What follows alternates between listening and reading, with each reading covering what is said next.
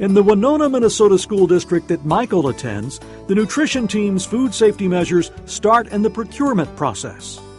Well, the procurement is probably the most important part of what we do to make sure that we get a product that we know that is safe for our children, because it's almost easier if you can find a product that all students can have versus separating out just for those students that have allergies. All school nutrition staff should be trained to read product labels and recognize food allergens. Check the ingredient list carefully and look for warnings that will indicate whether the product contains an allergen.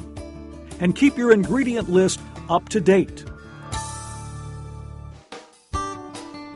We really start in early summer putting together what our menus are, and then we do our purchasing, and we put together a binder that contains every single item that we purchase within the school district. So we have a 3-ring binder that lists our 6-week cycle menu, what's available on each day of the week, and what the actual ingredient labels are, so that our kitchens have those within their facilities so that they can refer to that when they know a child has an allergy.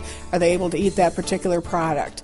We keep that up to date by actually comparing the box when the product comes into our kitchen. We make sure that that label is still up to date. I frequently will go out onto the websites for our manufacturers to make sure that nothing has changed, because those manufacturing processes can change at times, and we just want to make sure we have the most current information. When we have items in bulk that we procure, we always look at the label first. We actually review the shipping container that comes in, because oftentimes it might just be like a 50-pound bag of something in bulk, and so when you do parcel that out into smaller products, you have to make sure you know what ingredients that contains. Be especially mindful of sauces and flavorings that might contain allergens. For example, mayonnaise may contain egg protein or milk. Barbecue sauce and salad dressing may contain wheat, and flavorings and oils may contain tree nut proteins. Also look for warnings if a product was produced in a facility that contains an allergen or on equipment that may have come into contact with an allergen. These foods should not be served to students with food allergies because of the danger of cross-contact. That is, the possibility that some of the allergen may have accidentally transferred, directly or indirectly, from one food or surface to another.